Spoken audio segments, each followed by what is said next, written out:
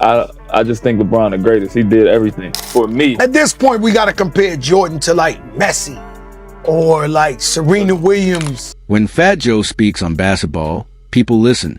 And when he told Jeff Teague that putting LeBron James over Michael Jordan was delusional, the internet lit up. Hip-hop, NBA culture, former players, and fans all collided once again in the never-ending GOAT debate. Fat Joe didn't just disagree. He dissected the argument. What followed was a passionate, unfiltered reality check that many basketball fans felt needed to be said. In this episode, we break down the key moments from that exchange and explain why, as great as LeBron James is, he still does not surpass Michael Jordan. Jeff Teague opened confidently, claiming LeBron is the greatest because, in his words, he's done everything. That's when Fat Joe jumped in and immediately called the take what it was: delusional, not disrespectful, just honest. Because once you actually compare zooms, the narrative changes fast. Michael Jordan went to the NBA Finals 6 times and won 6 championships. No Game 7s. No slip-ups. No excuses. He was the definition of dominance when the pressure was highest. LeBron, to his credit, has reached the Finals 10 times and won 4 championships. An incredible accomplishment. But losing 6 finals matters. And Fat Joe's point was simple. Legacy isn't about how long you play. It's about how decisively you win. Jordan's presence alone shifted outcomes. Defenders felt it. Teams knew it. The moment he stepped on the floor, the result felt inevitable. That's the kind of dominance Fat Joe was talking about. The kind that doesn't need explanation. LeBron, despite his greatness, has often been criticized in clutch moments. That contrast matters. And Fat Joe refused to let the conversation drift into fantasy. He grounded in reality and reminded everyone that basketball greatness isn't built on stats alone. It's built on owning the moment. And Jordan owned every one of them. Fat Joe didn't stop there. He addressed what he called the larger problem: the collective delusion surrounding LeBron's GOAT case. Too many people, he argued, confuse consistency with supremacy. Yes, LeBron's longevity is remarkable. Yes, his numbers are historic. But durability alone does not make someone the greatest. Joe challenged the idea that playing longer automatically elevates legacy. He warned that fans are caught in the present, ignoring context. Jordan didn't just win. He dominated eras, shattered expectations, and instilled fear across the league. LeBron's career, while legendary, includes super team formations, finals losses, and missed moments that cannot be brushed aside. This wasn't just about Jeff Teague's opinion. It was about the message being passed down to younger fans that GOAT status cannot be self-assigned. It has to be earned through defining moments, undeniable dominance, and an unshakable legacy. Jordan's flu game, 6 finals MVPs, 2 three-peats, an undefeated finals record. Those are not talking points. They are separators. Fat Joe's warning was clear. The more delusional takes we entertain, the further we drift from basketball truth. And when influential voices get swept up in hype instead of history, the entire conversation collapses. He wasn't attacking LeBron. He was defending the game. Too much delusion. Yo, we can't have top-tier people being delusional. Nah, we already got everybody delusional. When Jadakiss chimed in, it wasn't just another celebrity take. It was a voice that echoed what millions of basketball fans already believe. Michael Jordan is number 1, and everyone else is competing for second place. What made Jadakiss' perspective so powerful was its simplicity. He wasn't interested in analytics, advanced metrics, or media-driven narratives. He went straight to the core of the argument. Jordan's presence, style, and dominance stand alone in basketball history. Whether someone ranks Kobe over LeBron or LeBron over Kobe is almost irrelevant in that framework because Jordan exists outside the debate. He isn't part of the comparison. He is the reference point. That's what gets lost in so many modern GOAT discussions. People keep trying to drag Jordan into today's context to make the comparisons feel fair. But the truth is, there is no fair comparison. Jadakiss was saying what basketball purists have always felt. When you watch Michael Jordan play, there was an overwhelming sense of inevitability. He didn't just compete. He owned the moment. LeBron James is incredible. His talent, longevity, and achievements are undeniable. But he has never commanded the league in the same psychological way Jordan did. He never created that universal aura of invincibility. Jordan didn't just beat teams, he broke spirits. Opponents stepped on the floor, already questioning whether winning was even possible. And that's the heart of Jadakiss' argument. You can stack up stats, championships, MVPs, and accolades all day, but the true measure of greatness is how you made people feel. Jordan made fans feel like they were witnessing something unrepeatable, a once-in-a-lifetime force reshaping the sport in real time that LeBron inspires admiration. Jordan inspired awe. That difference matters. Jadakiss kept it honest, direct, and free of fluff. And just like Fat Joe, his words landed hard because they weren't driven by hype or bias. They were driven by truth. MJ's the greatest, then everything after that, however you want to put. When Fat Joe declared that there is no competition for Michael Jordan within the NBA and that we should be comparing him to global icons like Lionel Messi or Serena Williams, he wasn't being dramatic or provocative for clicks. He was stating a reality that many basketball fans instinctively understand. Jordan isn't just a basketball legend. He is a global sports icon who transcended the boundaries of his game. That distinction matters. Fat Joe's point shifts the conversation away from box scores and ring counts and places it where it truly belongs, in the realm of cultural impact and legacy. Jordan didn't just win championships. He changed the culture of sports itself.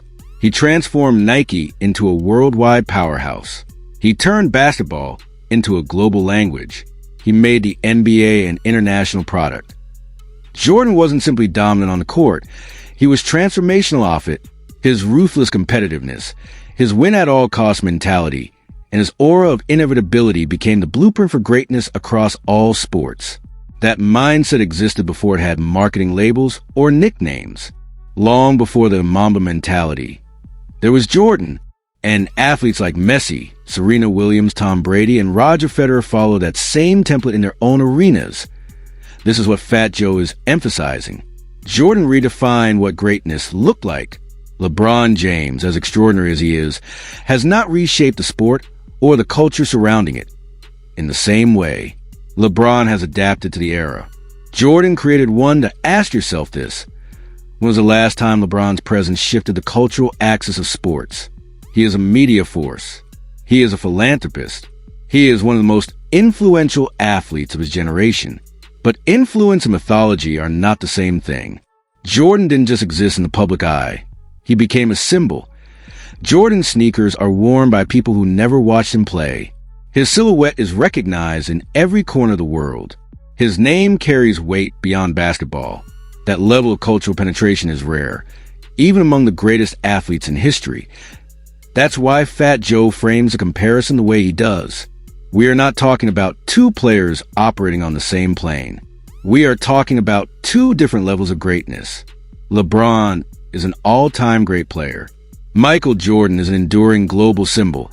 And no matter how impressive LeBron's resume becomes, that distance between greatness and transcendence cannot be closed. At this point, we got to compare Jordan to like Messi or like Serena Williams. Jeff Teague made another bold claim when he said that LeBron James has been the greatest player in basketball since he was 16 years old. There's truth in that statement, at least on the surface. LeBron was crowned a chosen one before he ever played an NBA game, and unlike many hype prospects, he didn't collapse under the pressure. He met expectations, and in many ways exceeded them. His longevity is unprecedented. His consistency is remarkable. His physical gifts and all-around game place him among the most complete athletes the sport has ever seen. But this is where Fat Joe's perspective becomes essential, because Jeff is measuring greatness by duration and anticipation, while Joe is measuring it by execution, dominance, and legacy. Being great since 16 sounds impressive, but it doesn't automatically make you the greatest at every stage. LeBron's career, while historic, has not been flawless. It includes painful finals losses, controversial super team formations, shifting narratives, and periods where the crown was clearly up for debate. His greatness has been sustained, but it has also been contested. Michael Jordan's path was different. He wasn't anointed the greatest as a teenager. He earned it, brick by brick, loss by loss. He took punishment from the Pistons, absorbed failure, evolved his game, and then dominated the league with absolute finality. 6 finals appearances, 6 championships, 6 finals MVPs. No asterisks, No excuses. No rewrites. Fat Joe's argument cut straight to the heart of the debate. Greatness is not about how early you arrive. It's about how definitively you finish. Jordan didn't just rise. He rose, ruled, and left no room for debate. When his era ended, the conversation was over. LeBron may have started strong, but his career has required constant recontextualization to maintain GOAT status. Longevity arguments, statistical reframing, and evolving definitions of greatness. Jordan never needed that. His resume stood complete. That's why Fat Joe doesn't buy the greatest in 16 argument. Early hype is impressive. Sustaining excellence is rare.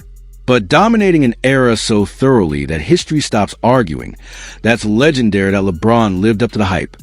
Michael Jordan became the standard. But think about it. Bron been the man since he been the greatest player since he was 6. In one of his most honest and grounded moments, Fat Joe made something unmistakably clear. He loves LeBron James. He respects him deeply. He gives him full credit for greatness, the leadership, the longevity, the philanthropy, and the on-court dominance. He acknowledges that LeBron is one of the greatest players the game has ever seen. But then Fat Joe draws a line, and he doesn't hesitate. LeBron is not Michael Jordan. Period. That sentence matters because it captures what so many fans feel but are often afraid to say out loud. Respecting LeBron does not require rewriting history. Praising his career does not mean inflating it beyond reality. Fat Joe isn't attacking LeBron. He's defending the truth. This debate has gone too far because people act as if acknowledging Jordan's superiority somehow disrespects LeBron. It doesn't. You can admire LeBron's brilliance while still recognizing that there is a tier above him, one occupied by Michael Jordan alone. And this is where Fat Joe's argument becomes airtight. This conversation is not about box scores, cumulative stats, or how long someone played. It's about impact, presence, and aura. It's about what these players meant to the sport while they were playing. Michael Jordan wasn't just a basketball player. He was a cultural earthquake. Every move he made shook the sports world. His games weren't just games. They were global events. His finals appearances felt inevitable, almost scripted by destiny itself. When Jordan stepped on the floor, the outcome felt preordained. The league revolved around him. Players feared him. Fans worshipped him. Media followed him like gravity. That LeBron's greatness is undeniable, but it has never carried that same inevitability. His achievements are celebrated, analyzed, debated, but Jordan's were accepted as law. Jordan didn't share the spotlight. He was the spotlight. That's the difference Fat Joe is reinforcing. This isn't about hate. It's about hierarchy. There's a line that separates the elite from the immortal. Plenty of players reach elite status. Only one cross into myth. Michael Jordan exists on that higher plane. Nothing LeBron has done or will do changes that. You can love LeBron. You can rank him top 3. You can call him an all-time great.